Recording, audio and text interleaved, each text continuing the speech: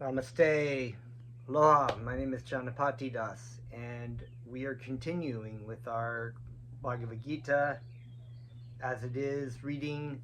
Today we will begin with the chapter 2, verse 14 and onward. And I'd like to take this opportunity to offer my respects to you for tuning in. And I'd like to also take this opportunity to offer my most humble obeisances unto my spiritual teacher, Jagaguru Siddha Swarupananda, Paramahamsa Srila Prabhupada, and I offer this class to his lotus feet that I may be pleasing and have some, through the mercy of Krishna and through his mercy, be able to share information from the Bhagavad Gita, as I have no power to do that of my own volition. I'm a rather dull and stupid person, and by the grace of my spiritual master, I've come to learn of the truth of the Bhagavad Gita, so I'm happy to be able to offer these classes to you.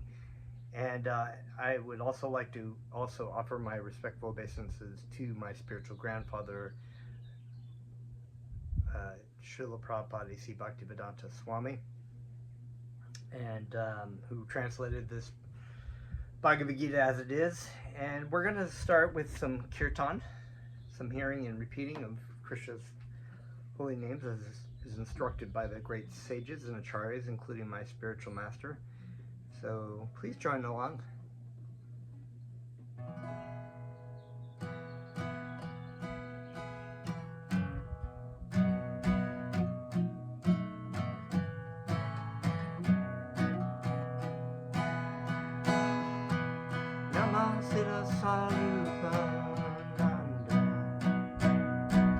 Paramahamsa Namine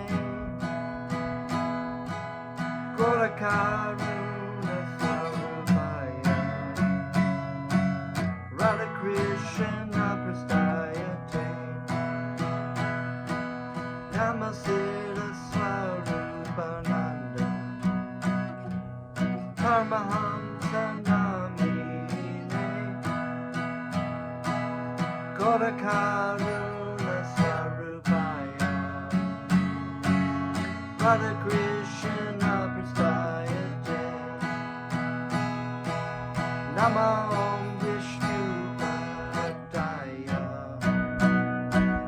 Krishna Prastaya Srimate Bhakti Vedanta Swami Nitinamine Bhaja Shri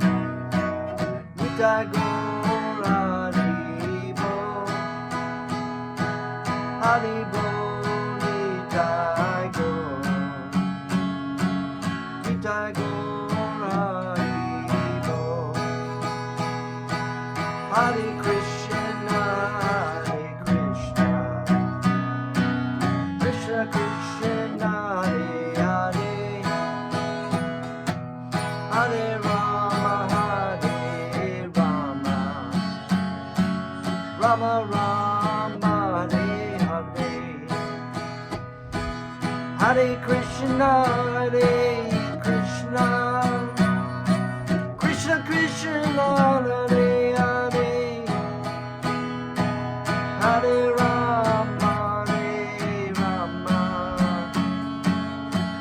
Rama, Hare Hare, Hare Krishna, Krishna Krishna, Hare Hare, Hare Rama, Rama Rama, Hare Hare, Hare Krishna, Krishna Krishna, Hare Hare, Hare Rama, Rama Rama, Hare Hare, Hare Krishna, Krishna Krishna, Hare Rama, Rama Rama, Hare Haribo. Om Namo Bhagavate Vasudevaya. I was born in the darkness of ignorance, and my spiritual master opened my eyes with the torch of knowledge. I offer my respectful obeisances unto him. So, welcome again. We are continuing with the second chapter, of which Arjuna and Krishna are starting to get into the philosophy of the Bhagavad Gita, and Krishna is starting to reveal, now that Arjuna has completely surrendered and put his question and his heart at the feet of, figuratively, at the feet of Krishna. Arjuna has surrendered. Krishna is instructing Arjuna about the nature of the spiritual entity. In other words, explaining to Arjuna that there is never a time when we have began or ended. Only in this body have we done this. And he explains that there is a transmigration, as we explained, transmigration of the spiritual entity through the bodies, and we can see this through the process of aging. As I used in my analogy of my father's memorial and the pictures, I think I mentioned that last time. If I haven't, you can ask me to mention in the next class. I'll bring that up. But basically, seeing the different bodies that my father had gone through from his very early childhood to his demise in this life. And so we have talked about the embodied soul moving through the body, and that the wise person, the person who is in knowledge, spiritual knowledge, understands that there's a continuance of the spiritual entity in the body, even though the body itself is crapping out, so to speak. So we've continued here, text 14. Sparsha tu kanteya Shita shna shuka dukkha duhu Aja maya poyuna nichush tamstiti shashna parata. These glasses are not very strong. It's kind of dark in here. I think it's kind of dark in here. See how these work. Not much better. Yeah. Okay. Well, I'll do my best about reading the small print in this dark room. Matra, sensuous, sparishaha, perception.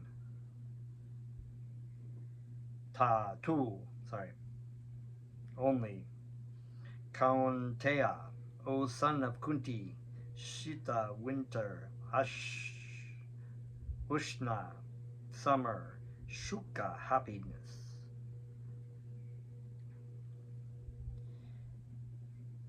Let me try that again. Dukkha daha, giving pain. Agama, appearing. Apayanaha, disappearing. Anintyaha, non-permanent. Tan, all of them. Titik shastra, just try to tolerate. Bharat, O descendant of the Bharat dynasty.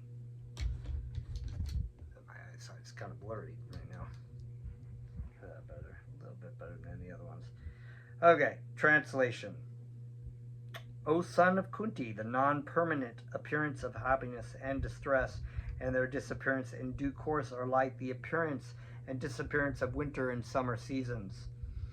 They arise from sense perception, O scion of Bharat, and one must learn to tolerate them without being disturbed. So here Krishna is making a very wonderful statement, and I'm going to go through that.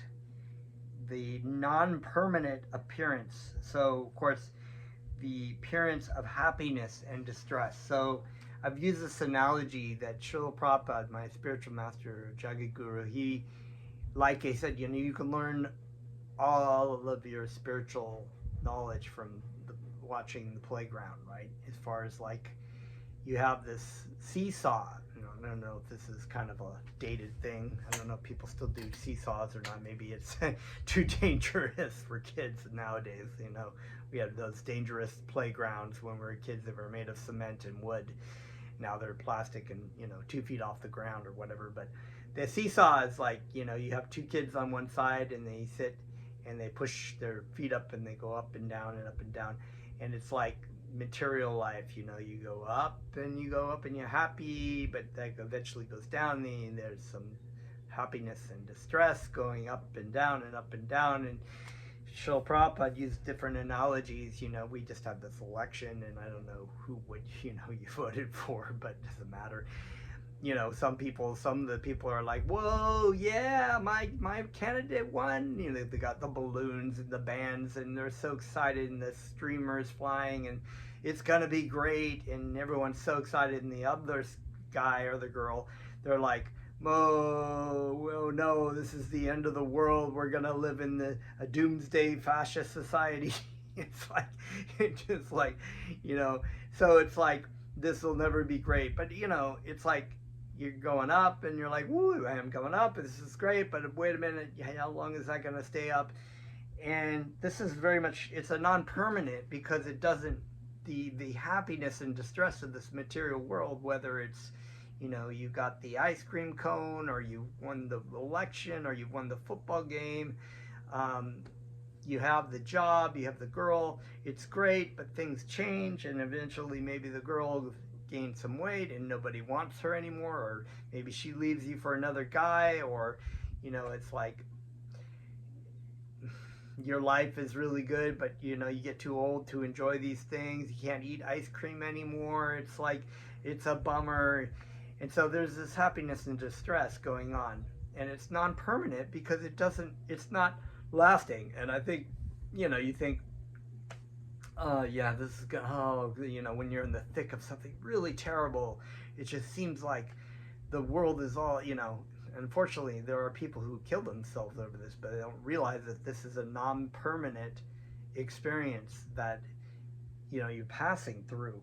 And the happiness and distress is like the winter and the summer season. So here in Hawaii, we don't have very many seasons because it seems like it's always the same weather all the time here. But, if you're from other places in the United States or elsewhere in the world, you have, your winter, your spring, and your summer, and your fall. And the winter is really cold, maybe very, I grew up in California, so it wasn't that cold, but it was cold, and colder than Hawaii.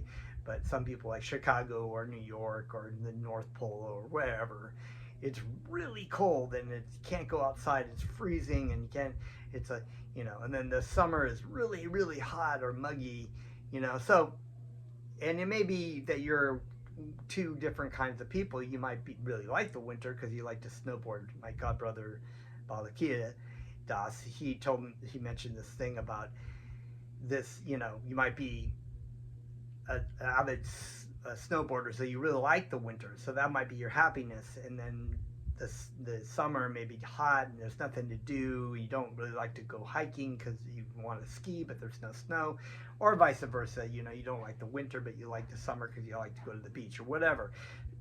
The point is that there's a transition in the material world, and the analogy is used in a non-permanent appearance. So we come into this material world, we have these happiness and distress situations where sometimes it's up and sometimes it's down. And Srila Prabhupada, he makes this analogy that you have just to remember Krishna, just chant Krishna's names. When you're up, chant Krishna's names. When you're down, chant Krishna's names. Always remember God, always remember Krishna. You during the ups and downs of the material world, they're going to be non-permanent. They're not going to continue, and they arise from sense perception. So we're perceiving them through our senses as good or bad, and really in the bigger picture of things, there's a bigger picture. You're coming in, you're perceiving these things through your senses and through your mind, and the point is to take shelter of Krishna, to focus your mind on the chanting of Krishna's names and your life upon Krishna's consciousness. And so that is your refuge. That is the oasis in this sort of desert of ups and downs of the material world. And you have to learn to be tolerant. You have to tolerate these kind of things. And so if it's down, it's not like it's not like that when you're down, you're just like, oh, well, it's not a big deal. Yeah, it sucks. It really sucks. But you just tolerate it. You just do what you need to do. And if you're up and you're enjoying it, doesn't mean you shouldn't enjoy things. Like if you're having a great time with your family, or you've won money from a job or something, and you're going on vacation, and yeah, enjoy yourself. It's great. This is okay. Just remember Krishna. But just remember Krishna. That's the main point. So Bhaktivedanta says, in the proper discharge of duty, one has to learn to tolerate non-permanent appearance and disappearance of happiness and distress.